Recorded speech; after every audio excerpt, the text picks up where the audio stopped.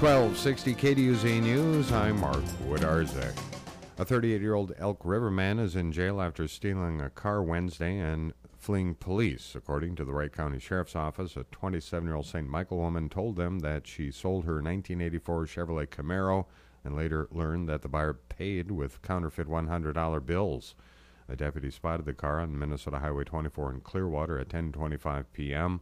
The driver, Corey Donald Wodarczyk, failed to stop, and a chase ensued for about 9 miles. The car, eventually disabled by spike strips, was spotted on Wright County Road 7 near County Road 123. The driver then fled the vehicle on foot, but was eventually taken into custody by the deputy. Wodarczyk was booked into jail on charges of fleeing police in a motor vehicle and possession of stolen property. The incident remains under investigation. A massive traffic holdup west of the Twin Cities was the result of a shooting yesterday on Interstate 394. A Golden Valley police officer killed an armed motorist near Minnetonka. Officials say the officer pulled over the woman who was driving a car with California plates, and that was when the shooting happened. The officer was not hurt and is on temporary administrative leave. 394 was closed for hours while investigators were on the scene. Vic Smith reporting. A lawsuit accusing Republican Tom Emmer of legal malpractice has been tossed out about a year after it became a distraction late in his Minnesota gubernatorial campaign. A Wright County judge last week dismissed a case initiated by a former client of Emmer, who ran a law firm while serving in the Minnesota legislature. Emmer lost his 2010 bid for governor to Democrat Mark Dayton. Roofing company owner Stephen Hackbarth had argued that Emmer put up a shoddy defense for him in a 2009 civil case that cost him his contractor's license and a $30,000 judgment. At the time, Emmer's allies accused Hackbarth of trying to leverage the Republicans' candidacy to extract a settlement. In the ruling, the judge declined to order Hackbarth or his company to pay Emmer's legal fees. New data from the U.S. Census Bureau finds that poverty rate inched up in Minnesota while incomes fell. The poverty rates increased from 11% in 2009 to 11.6% last year. The increase was even larger among children, from 14.1% of children living in poverty in 2009 to 15.2% in 2010. Median income in the state fell by more than $1,000 from $56,600 in 2009 to about $55,500 in 2010, after accounting for inflation. Minnesota remains better off than most other states in terms of median income and poverty statistics. It has the 13th highest median income and the 10th lowest poverty rate. Abby Popp reporting. Minnesota Congresswoman Michelle Bachmann says if she's elected president, she will personally go to the Department of Education to turn out the lights and lock the door. Bachmann joined other Republican presidential contenders at last night's debate who say education decisions must be returned to the state and local authorities. It's expected President Obama will announce this morning that states will not have to meet certain controversial requirements of the No Child Left Behind law if they follow criteria the White House favors instead. Minnesota Education Commissioner Brenda Cecilius will be at the president's announcement and says about Obama's executive action. With the current climate right now in Congress, doesn't look likely that anything would get passed. Cecilius says states will have to demonstrate they're reformed-minded and that they have a plan to hold schools accountable if they're not doing well. Criticism of No Child Left Behind has focused on how students' yearly progress is measured. President tries to pressure congressional leaders to pass his jobs package. More from ABC's Brad Wheelis. Focus on the White House. In an effort to get his jobs bill passed, the president went to the House Speaker's home state where a jobs project would replace an old bridge. Mr. Boehner, Mr. McConnell, help us rebuild this bridge. Help us rebuild America.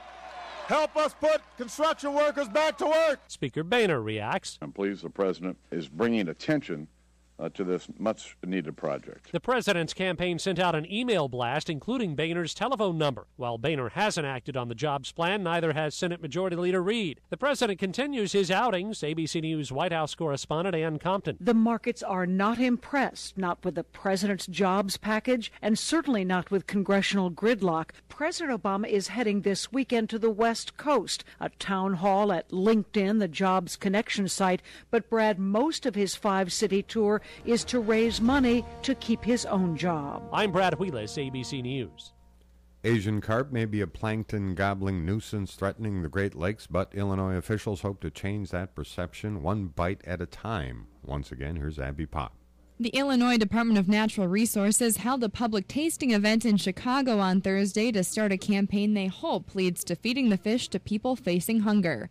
Chef Philip Parola sautéed fillets and deep-fried fish cakes. The fillets, fried in butter with salt, pepper, and a sprinkle of Creole spices, have a very mild taste, while the fish cakes, served with a cheese and cream sauce, are savory and moist. The effort to make Asian carp an acceptable staple faces people's nose-crinkling response to eating a fish that grows to 100 pounds and is able to sail out of the water. I'm Abby Pop.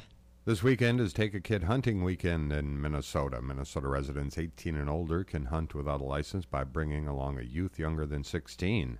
The DNR's Mike Curry says hunting for small game is a good first step, where they can learn the outdoor skills that are necessary in those bigger games later on, like tracking and understanding where the habitat is connected to the wildlife and things like that. So small game is a great learning platform for big game hunting.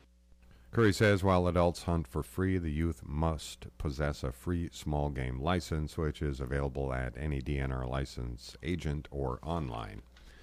Goodbye summer, hello autumn. Today, the first day of fall, and climatologist Pete Boulay says the Climate Prediction Center offers some encouragement. Looking at the rest of the month of September, it'll be much warmer than normal. If we can shake the clouds, then we'll be into some sunshine for a few days and maybe some pretty balmy temperatures too. And that's expected to continue into early October. First of the area high school homecoming celebrations began this week. Waukoni High School celebrating homecoming events throughout the week. Coronation for homecoming royalty is this afternoon in the high school gym.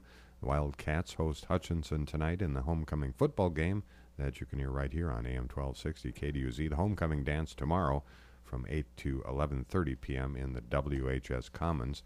No less than 11 area schools celebrate homecoming next week. Ridgewater College observes its 50th anniversary with a celebration from noon to 3 tomorrow at the Wilmer campus. Public is invited. The event celebrates the opening of the school as Wilmer Community College on September 5th, 1961, at the site of a former Air Force radar station. Officials say the event will include department and program reunions, auto program car show, campus tours, prizes, live music by Gig Noonan, food, alumni art show, kids games, and a wide range of fun for the entire family. Homecoming tailgate party will be at 4 tomorrow afternoon at Hodap Field, followed by the Warriors football game at 6 tomorrow evening. Celebration at the Hutchinson campus will be in October on the 15th from 10 in the morning till 3 in the afternoon. North Dakota Republican U.S. Senator John Hoeven and Minnesota Democratic Senator Amy Klobuchar have something more than state pride riding on the outcome of the Saturday matchup between the North Dakota State and University of Minnesota football teams. The Senate colleagues have placed a friendly wager on the game. If the Bison win, Klobuchar will provide Hoeven with some of her taconite tater tot hot dish. If the Gophers prevail, Hoeven will send Klobuchar some North Dakota bison steaks. Klobuchar says that when Hoeven offered bison, she initially thought of offering a cute little gopher, but Hoeven then informed her that people shoot gophers in North Dakota.